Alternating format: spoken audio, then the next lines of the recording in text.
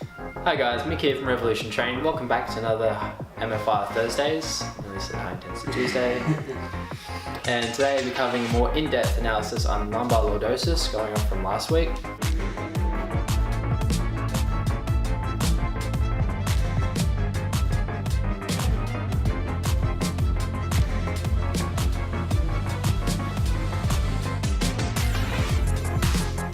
Today I'm going to give you some general exercises to help you relieve or fix the lumbar lordosis in your case.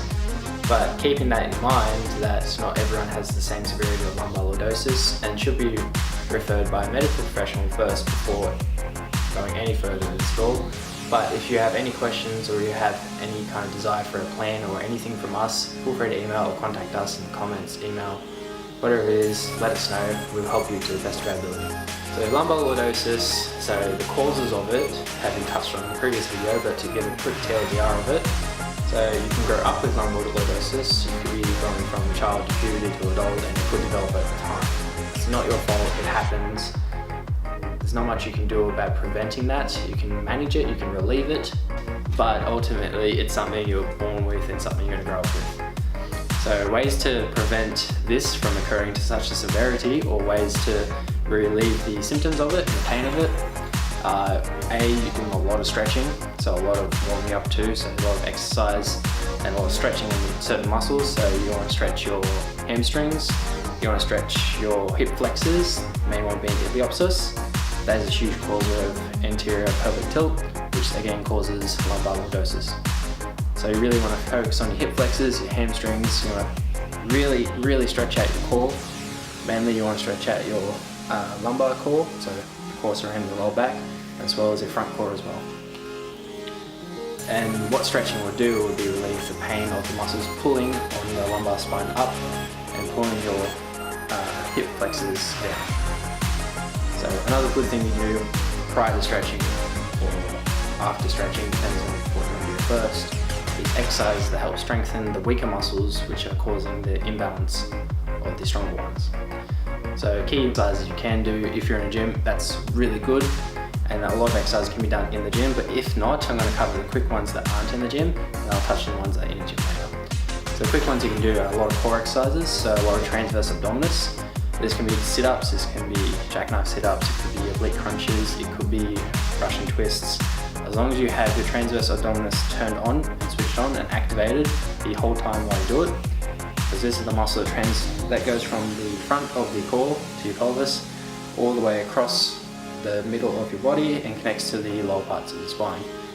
And a lot of the causes of lumbar lordosis is this being too tight and pulling too much forward. This again causes your bum to stick out, your chest to stick out, and that causes your lumbar lordosis to an extent. So a lot of core exercises are really great. A lot of home exercises you can do, like squats, lunges.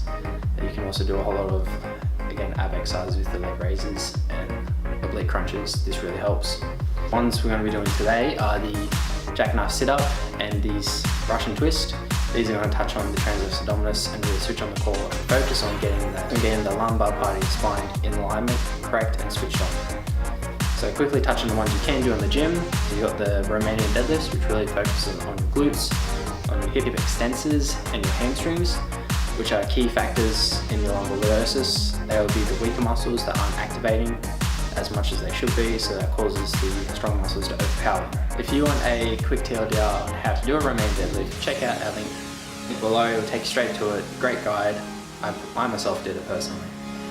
Alright, so the stretches we'll be covering today will be the upward dog, so laying flat on your stomach and raising your torso above the ground, but keeping your hip and pelvis pressed against the ground while you do so.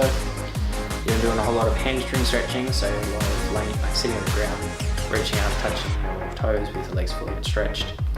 You're doing a whole lot of glute stretching, so laying on your back, pulling the glutes, pulling your knee across and the glutes in.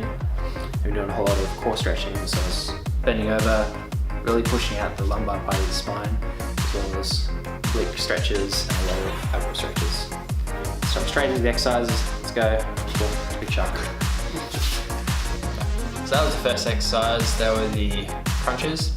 Why you want to do this for your lumbar lordosis is so that it strengthens the core, and you really want to focus on when you're doing it is switching on your transverse abdominis, which is in itself really hard to do. But once you master how to do that, as in your other videos, it really enforces the correct lumbar posture and correct structure of your spine. Moving on is tensing your entire core. If you don't know what that means, it means like really tensing, embracing yourself, like really bringing everything in and really tightening and holding your breath and making sure that everything is compact, tight as much as possible. Overusing the word tight a lot, but that's the best description I can give you. So you really want to make sure everything is nice, compact, in and controlled.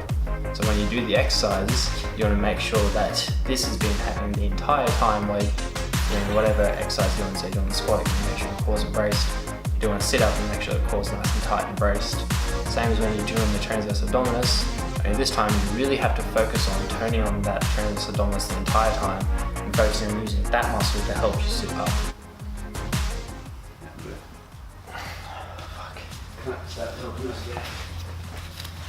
Alright, so the exercise you just saw there was the Russian twist.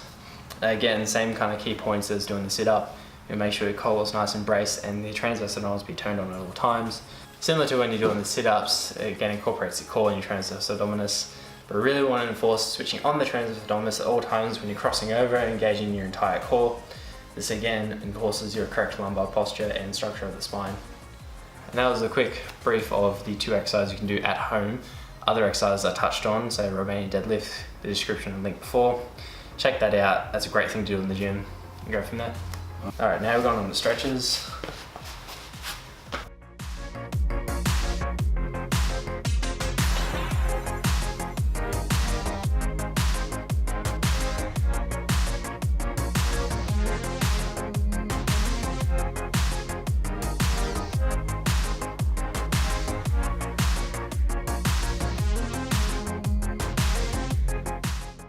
As you can see here, doing the upward dog.